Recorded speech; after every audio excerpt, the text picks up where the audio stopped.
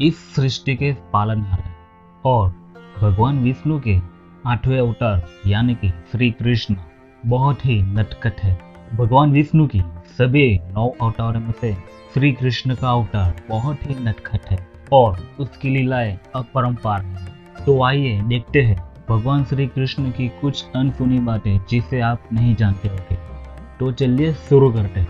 भगवान श्री कृष्ण जितने महान थे उतनी ही प्रचलित उनकी वेशभूषा और अस्त्र शस्त्र थे। भगवान श्री कृष्ण के पास वो अस्त्र थे जो किसी के पास नहीं थे।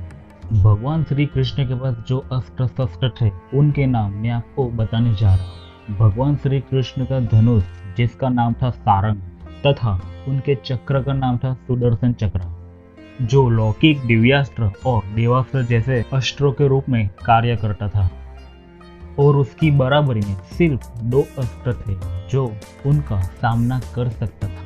पहला है पशुपतास्त्र जो भगवान शिव, भगवान कृष्ण और अर्जुन के पास था। दूसरा था प्रसवपास्त्र जो भगवान शिव, वसुगन और भगवान श्री कृष्ण और भीष्म के पास था। श्री कृष्ण के खड़ग का नाम नंदक था, उनकी गदा का नाम कमोदकी था और भगवान श्री कृष्ण के शंख का नाम पांचजन्य था। उनके रथ का नाम जैत्र था, सारथी का नाम दारुक था और उनके अश्वों का नाम शौर्य, सुग्रीव और बलाहक था। भगवान श्री कृष्ण जब उनके धाम जा रहे थे यानी कि उनके परम धाम गमन के समय उनके एक भी केस श्वेत नहीं थे यानी कि सफेद नहीं थे और ना ही उनके शरीर पर कोई झुर्री थी। भगवान श्री कृष्ण की परदादी मारिसा और सौतेली माँ रोहिणी जो बलराम की माँ थी वो दोनों नाग जनजाति की थी।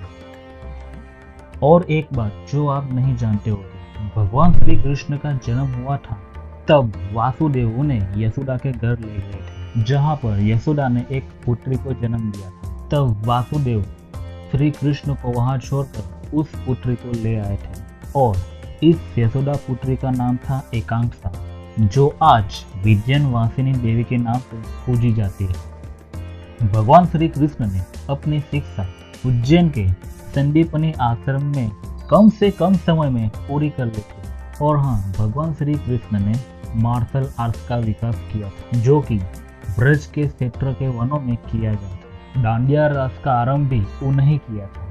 भगवान श्री कृष्ण की नारायण सेना जो कि भारतवर्ष की सबसे भयंकर प्रहारक सेना थी जिसका सामना कोई नहीं कर सकता था। अब बात करते हैं राधा के बारे। भगवान श्री कृष्ण की प्रेमिका राधा का वर्णन महाभारत, हरिवंश पुराण, विष्णु पुराण और भागवत पुराण में नहीं है।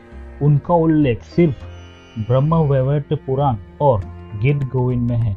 भगवान श्री कृष्ण ने अपने अंतिम वर्षों को छोड़कर कभी भी द्वारिका में 6 महीनों से अधिक नहीं रहे। और हाँ, भगवान श्री कृष्ण की उम्र 125 साल थी और उस वक्त द्वापर युग चल रहा था। भगवान श्री कृष्ण को 108 अलग अलग नामों से जाना जाता है। और हाँ, भगवान श्री कृष्ण की 16,108 पत्रानियाँ थी।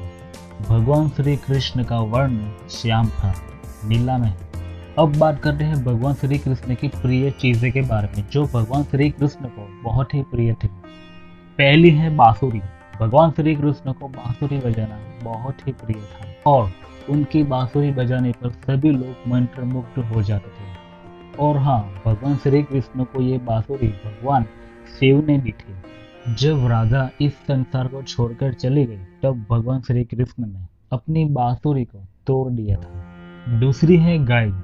भगवान श्री कृष्ण को गैया बहुत ही प्रिय थी और उन्हें ग्वाले के नाम से भी जाना जाता है। तीसरा है मोर पंख। भगवान श्री कृष्ण को मोर पंख बहुत ही प्रिय था जो अपने सिर पर लगाते थे और उसके पीछे का कारण यह था कि अशुभ प्रभावों को दूर करने के लिए और मोर पंख समानता को दर्शाता है। चौथा है माखन मिश्री जिसकी वजह से हम आज मटकी फोड़ का कार्यक्रम करते हैं। और पांचवा है कमल के बीजों से बनी व्यंजनी माला। तो बस आज की वीडियो में बस इतना ही। तो ये थी भगवान श्री कृष्ण की कुछ अनसुनी बातें। अगर जानकारी अच्छी लगी हो तो वीडियो को लाइक ज़रूर करना, अपने फ्रेंड्स के साथ ज़रूर शेयर करना और हाँ, हमारी चैनल को सब्सक्राइब ज़रूर करना और बेल आइकन को ज़रूर प्रेस करना, क्योंकि जब भी मैं कोई वीडियो अपलोड करूँ तो इसकी नोटिफिकेशन आप सबको सबसे पहले मिल जाए। जय श्री कृष्णा।